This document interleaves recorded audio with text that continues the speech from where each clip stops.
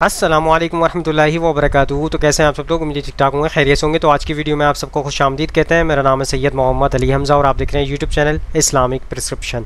तो यहाँ पर बात होती है, डिस्कस की जाती है कुरान हदीस की रोशनी में जो भी मामलात होते हैं, और इस तरह के मामलात के अंदर जो है आपको रिसर्च करनी पड़ती है और आप जो है कुरान हदीस की रोशनी में उसको चेकआउट करना चाहिए। आपको हर एक चीज़ को आपको चेकआउट करना चाहिए। हम यही आपको तालीमात देते हैं इस प्लेटफॉर्म से। तो कोई भी आपको उलमा कराम, कोई भी आपको मौलवी हज़रात कोई चीज़ बताते हैं तो उसको आपने चेकआउट करना है लाजमी। तो आज की वीडियो को जानते हैं टॉपिक को। तो आज की वीडियो का जो टॉपिक है, तो इलियास कादरी साहब की तरफ से एक जो है टोटका बताया गया है और ये कुरानी तावीज़ के तौर पर है। और आप याद करें कि अगर आप तावीज़ की ऊपर जब रिसर्च करेंगे आप, तो कुरान हदीस की रोशनी में आपको दलाइल तावीज़ के ऊपर कोई भी नहीं मिलेंगे, जबकि इसकी ममानियत है। कुरानी तावीज़ भी आप नहीं लटका सकते, क्योंकि कुरान जो है समझ के पढ़ने के लिए आया है और कुरान हिदायत है। कुरान की हिदायत आपको लटकाने से नहीं मिलेगी, कुरान से हिदायत आपको जो है उसके पढ़ने से आपको हिदायत मिलेगी। जैसे फॉर एग्ज़ाम्पल आपके अक्सर घरों में कुरान शरीफ रखा होता है, और अक्सर घरों में आपको पता है कि कुरान शरीफ सिर्फ रखा हुआ होता है, किसी ऊंची जगह के ऊपर रख दिया जाता है और उसको खोल के पढ़ा नहीं जाता। तो क्या पूरे घर के अंदर उससे हिदायत होती है? उससे पूरे घर के अंदर हिदायत मिलती है? उनको नहीं मिलती। क्यों? क्योंकि वो सिर्फ़ रखा हुआ तो है घर के अंदर, वो सिर्फ़ जो है आपने उसका जो इस्तेमाल है कुरान शरीफ का, वो आपने सिर्फ़ तावीज़ बनाने के लिए और मुर्दों की बख्शिश कराने के लिए और किसी दुकान के अंदर बरकत के लिए उसको पढ़ाया जाता है, लेकिन उससे हिदायत के लिए हम लोग नहीं पढ़ते।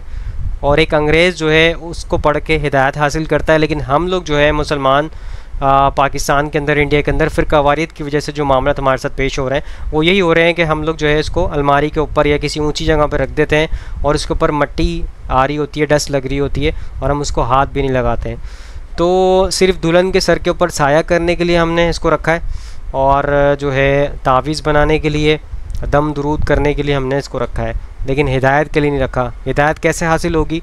उसका तर्जुमा पढ़ने से। तो मौलाना मौदूदी साहब का आप तर्जुमा पढ़ सकते हैं, बहुत बेहतरीन तर्जुमा है, जैसे कि मैं लास्ट वीडियो में बता चुका हूँ आपको। तो इस हवाले से वापस टॉपिक की तरफ आते हैं कि कुरानी तावीज़ सहाबा किराम के दौर में ही जो रिवायत पेश करते हैं कि एक दलील पेश करने की कोशिश करते हैं कि सहाबा किराम के जो बच्चे हैं उनके भी गलों में तावीज़ लटके हुआ करते थे। तो इस तरह का कोई भी मामला नहीं है, आप उस पर रिसर्च करें। उनके गलों में, सहाबा किराम के जो बच्चे थे उनके गलों में जो है तख्तियाँ लटकाई जाती थी दुआ याद करने के लिए। अगर आप इस पर रिसर्च करेंगे तो आपको पता चलेगा बड़ी बड़ी तख्तियाँ लगाई जाती थी ताकि दूसरा बच्चा उसको देख के याद कर ले।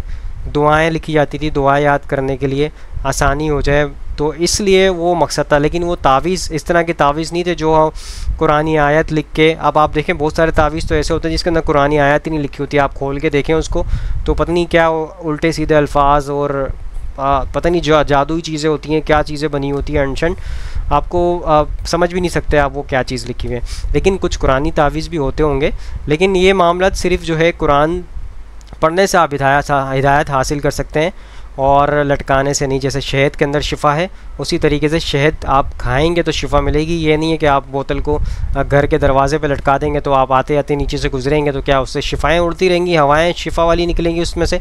तो ऐसी कोई मामला नहीं है। अपने आप को जो है मैच्योर रखें, और अल्लाह ताला ने असबाब के साथ जोड़ा है चीज़ों को। दुनिया के अंदर असबाब, अल्लाह ताला जो है असबाब पैदा करता है और अपने बंदों के लिए जो ख़ास तौर पे जो है अल्लाह ताला से डायरेक्ट मदद तलब करते हैं। तो एक चीज़ मैं आपके सामने रखूँ, इलियास कादरी साहब ने जो कहा है, मैं तनकीद नहीं कर रहा, मैं आपको सिर्फ ये समझा रहा हूँ कि आपने इन खुराफात से बचना है, एक एक चीज़ को समझने की ज़रूरत है अभी। तो आप देखें, उन्होंने कहा कि आपका बच्चा अगवा नहीं होगा। आप अगवा किससे नहीं होगा? जो स्नैचर होते हैं, जो अगवा करने वाले लोग होते हैं, उससे आपका बच्चा अगवा नहीं होगा, और जो है शैतान भी अगवा नहीं कर सकता। तो ये सिर्फ आपने तावीज़ लटका लेना है, तो उससे जो है शैतान आपको अगवा नहीं करेगा। तो उनकी क्लिप मैं आपके सामने रखता हूँ, इसके बाद मैं इंजीनियर साहब का भी मौक़िफ़ आपके सामने रखूँगा। तो गौर व फ़िक्र करें इस चीज़ के ऊपर और समझें चीज़ों को, ताकि आपको समझ आए एक एक चीज़। तो स्टार्ट करते हैं वीडियो। ना इंसान अगवा कर सकेगा, ना जिन, कोई किडनैप नहीं कर सकेगा इंशाअल्लाह। एक कागज़ पर आप लिख लें, वालिदैन क़ल्लत हीलती अंत वसीलती अदरिकनी या रसूल अल्लाह। इसको प्लास्टिक कोटिंग करके बच्चे के गले में डाल दें। अल्लाह ने चाहा तो इनको कोई अगवा नहीं कर सकेगा। ये इस तरह लिखना है कि जहाँ जहाँ दायरे वाले हुरूफ है ना, जैसे कल्लत का काफ 2 नुक्ते वाला, इसका काफ के बीच में वो कागज नजर आएगा, ये इसको मुंह खुला रखना कहते हैं। इस तरह जो भी गोल गोल हुरूफ आएंगे ना, वाव का मुंह खुला रहेगा, अदरिकनी या रसूल अल्लाह। अब इसमें जाकर हा का मुंह भी खुला रहेगा आखिर में। ये उसूल है तावीज़ात का, जब तावीज़ लिखे तो इस तरह इनके मुंह खुले रखे जाते हैं। तो ये आप लिख लें, इसको प्लास्टिक कोटिंग करके खुद भी पहन लें, बच्चों को भी पहना दें। अल्लाह ने चाहा तो आपको इगवा नहीं कर सकेगा, आपके बच्चे को इगवा नहीं कर सकेगा। सो दोस्तों, आपके सामने मैंने मौक़िफ़ पेश कर दिया उनका। उन्होंने कहा कि कोई भी बच्चे को ये आपके अगवा नहीं कर सकेगा, ना कोई जिन्नात अगवा कर सकेगा, ना कोई इंसान अगवा कर सकेगा इस हवाले से। तो उन्होंने कहा कि एक तावीज़ आप लटका लें, और अल्फाज उन्होंने बता दिए क्या क्या लिखने हैं उसके अंदर। तो कुरान और हदीस की रोशनी में तावीज़ का कोई कॉन्सेप्ट नहीं है। अगर आप देखें, रिसर्च करें, तो तावीज़ का कोई कॉन्सेप्ट नहीं। ना सहाबा किराम ने कोई तावीज़ लटकाया गले में, ना नबी करीम सल्लल्लाहु अलैहि वसल्लम ने हुक्म दिया कि आप तावीज़ लटकाएँ इस हवाले से, और ना अहले बैत के अंदर कोई मामला मिलता है तावीज़ात का। तो इस तरह कुछ भी नहीं है। नबी करीम सल्लल्लाहु अलैहि वसल्लम से जो है कुछ सूरतें हैं जो दम करना साबित हैं। सूरह फलक, सूरह नास दम कर दें आप अपने बच्चों पे, शैतान से बचा जा सकता है और हिफाजत में रहते हैं अल्लाह ताला की। तो ये मामला आप पढ़ें, आयतुल कुर्सी पढ़ के फूंक दें बच्चे पे। और तो हिफाजत सिर्फ क्या कौन करता है? अल्लाह की ज़ात हिफाजत आपकी करेगी, सिर्फ अल्लाह की ज़ात। अल्लाह आपकी हिफाजत करता है, और इसलिए तो हम कहते हैं अल्लाह हाफिज़। जब हम किसी से मुलाकात का आखिरी लम्हे में हम जब निकल रहे होते हैं तो हम क्या कहते हैं? अल्लाह हाफिज़, यानी अल्लाह हिफाजत में रखे आपको। तो अल्लाह ताला हिफाजत करता है इंसान की, और कोई भी चीज़, कोई भी ऐसी चीज़ आपकी हिफाजत नहीं करेगी। आप उस पर ट्रस्ट भी ना करें, क्योंकि अगर आपने किसी और गैरुल्लाह पे ट्रस्ट किया, यानी अल्लाह के अलावा किसी और चीज़ पे, किसी भी शे के ऊपर आपने ट्रस्ट किया, चाहे वो कोई भी चीज़ हो, कोई पत्थर हो, क्योंकि बहुत सारे लोग अंगूठियाँ पत्थरों पे भी इस तरह का कॉन्सेप्ट रखते हैं कि इससे ये ठंडा होता है, इससे ये गर्म होता है, इससे इन्हें जो है बरकतें होती हैं, और पता नहीं क्या क्या माशरे में फैला हुआ है। तो इस चीज़ का जो है कॉन्सेप्ट अपने दिमागों से निकालें। ये शिरकी अकायद पे मबनी है। अगर आप किसी पर ट्रस्ट करते हैं अल्लाह के सिवा कि ये मेरी हिफाजत करेगा और ये मेरे मामलत को दुरुस्त रखेगा, ये मुझे शैतान से बचाएगा, और ये जो है इंसानों के अंदर जो खुराफात हैं, अगवा करने वाले लोग या स्नैचिंग करने वाले लोग या मोबाइल स्नैचर या इस तरह के मामलों में, तो सिर्फ अल्लाह आपकी हिफाजत करता है। और असबाब के साथ है मामला। आपने खुद से भी केयर करनी है चीज़ों के अंदर। ये नहीं कि आपने अपने बच्चे को बाहर छोड़ दिया और आपने उसके ऊपर आपकी नज़र ही नहीं है, बच्चा पूरे पूरे दिन बाहर है, दोपहर बाहर है, शाम बाहर है, रात बाहर है, तो आपने उस पर नज़र भी रखनी है, आपने उसकी तरबियत भी करनी है इस तरीके से। तो ज़्यादा फजूल बच्चे को बाहर भी नहीं भेजना है कि वो अगवा हो जाए। तो इस तरह असबाब के साथ दुनिया को जोड़ा गया है कि आपने अपने आप की एहतियात भी रखनी है और अल्लाह ताला पे आपने भरोसा भी रखना है। तो अल्लाह ताला की ज़ात के ऊपर आप भरोसा कर सकते हैं, उसके अलावा अदरवाइज़ आपके पास कोई चांस नहीं है किसी पे आप ट्रस्ट करेंगे इस हवाले से, क्योंकि अल्लाह ताला ही आपको बीमारी देता है, शिफा देता है। अल्लाह ताला के हाथ में ही ज़िंदगी है, मौत है, और अल्लाह ताला ही सारा निज़ाम चला रहा है।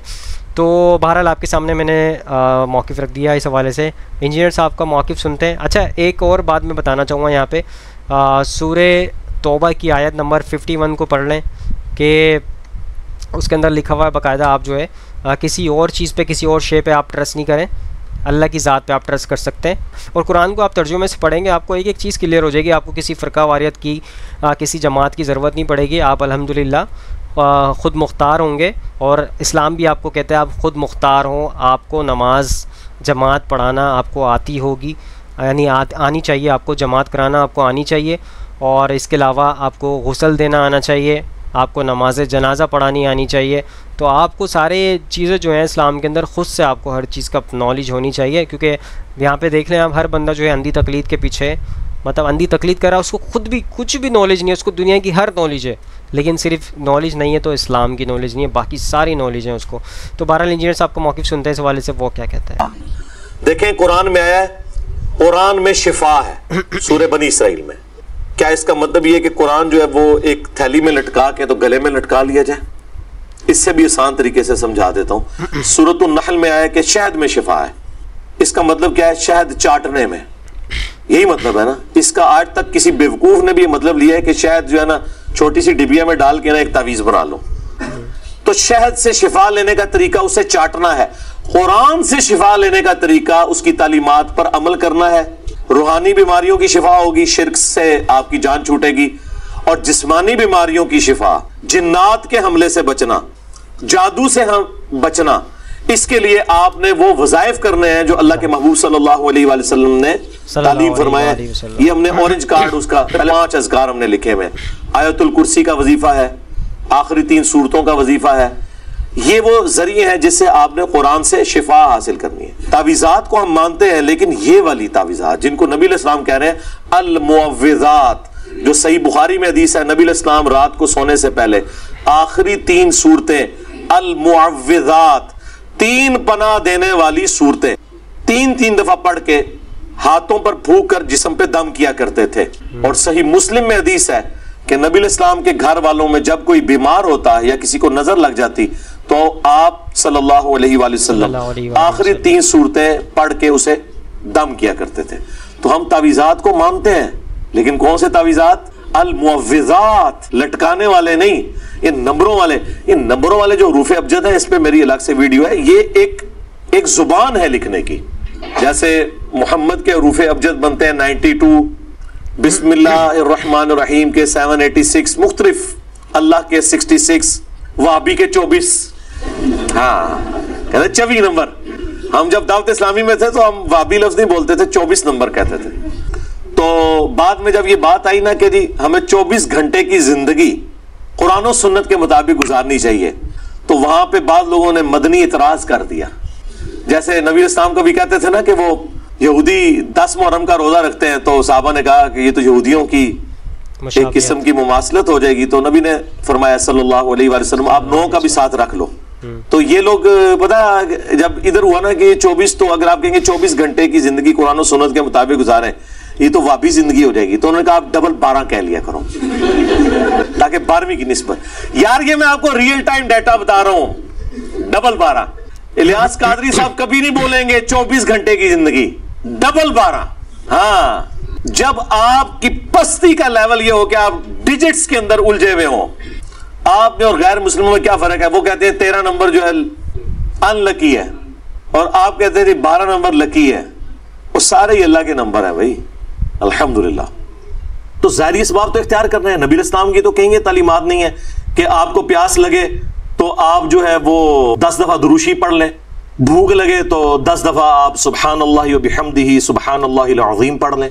मेरे भाई, अल्लाह ने दुनिया को इसबाब के साथ जोड़ा है, तो आप इस किस्म की चीजें क्यों लोगों को बताते हैं? नबी इस्लाम की तो कहीं ये तालीमात नहीं है। आपने तो हमेशा असबाब को इख्तियार करने का हुक्म दिया और उसके बाद मुसब्बिबुल असबाब से दुआ मांगने का हुक्म दिया। सही मुस्लिम में तकदीर वाले चैप्टर में ऑलमोस्ट 50 के करीब अहादीस है, 50 to 60।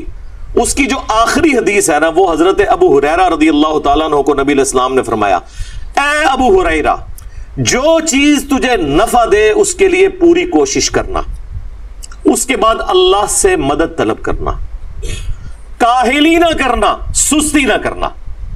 फिर भी तेरे खिलाफ रिजल्ट आ जाए तो फिर कहना जो अल्लाह की मर्जी। अगर मगर ना कहना, अगर मगर शैतान का दरवाजा खोल देता है। लेकिन ये एंड पे है, कोशिश पूरी करना, फिर अल्लाह से मदद तलब करना, अल्लाह से मदद।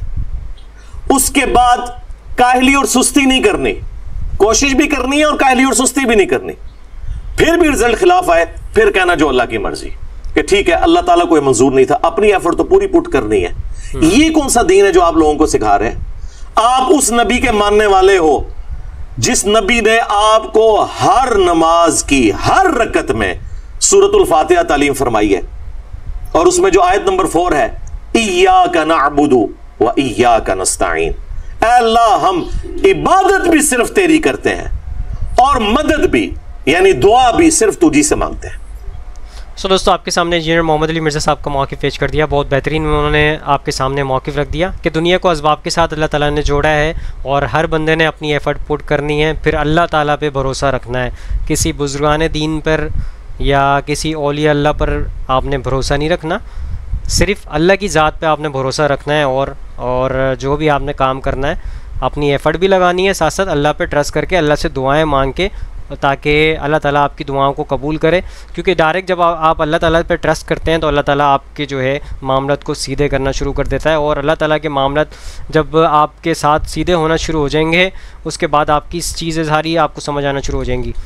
तो इस तरह के मामलात में बच्चों की जो है ध्यान आपने रखना है। ये नहीं सिर्फ तावीज़ आप लटका लेंगे तो आपके सारे मामला हल हो जाएंगे। बच्चों में नज़र रखनी है, बच्चों की अच्छी तरबियत करनी है, बच्चों को बाहर निकलने से बचाना है, क्योंकि बच्चे जो है माशरे के अंदर जो भी मामला चल रहे हैं उसको कैच करते हैं और वो सीखते हैं माशरे से। जो भी आपको पता है माशरा कितना गंदा माशरा चल रहा है आजकल, जो है गालम गलोच ये और वो हर चीज़ के मामलात माशरे के अंदर है। तो बच्चे को सेफ़ रखते हुए, हर इस्लामी रिसर्च करते हुए उसको भी चीज़ें सिखानी है इस्लाम के ऊपर, उसको भी लेकर आना है। नमाज़ का पाबंद करना है, सबसे मेन चीज़ है नमाज़ का पाबंद करना है, क्योंकि एक भी नमाज़ जानबूझ के छोड़ने वाला एक वक्त की वो काफिर हो जाता है। ये आपको कुरान और हदीस की रोशनी में मिल रहे हैं मामला। तो इस चीज़ के ऊपर गौर व फिक्र करनी है। आई होप आज की वीडियो आप सबको समझ आई होगी, पसंद आई होगी। इस वीडियो को ज़्यादा से ज़्यादा लोगों तक शेयर करें ताकि हक बात लोगों तक पहुँचे और आप भी सदके जारिये में शामिल हो जाएं। हमारे चैनल को भी सब्सक्राइब कर लें, हमारे फेसबुक पेज पे भी वीडियोस अपडेट होती है, वहाँ पे भी फॉलो कर लें। इंशाल्लाह नेक्स्ट वीडियो में मुलाकात होगी। यहाँ पर दीजिए इजाज़त, दुआ में याद रखिएगा, अपना ख्याल रखिएगा। अल्लाह हाफ़िज़, फ़ी अमानिल्लाह। जिसने की जुस्तजू मिल गया उसका तू सबका तू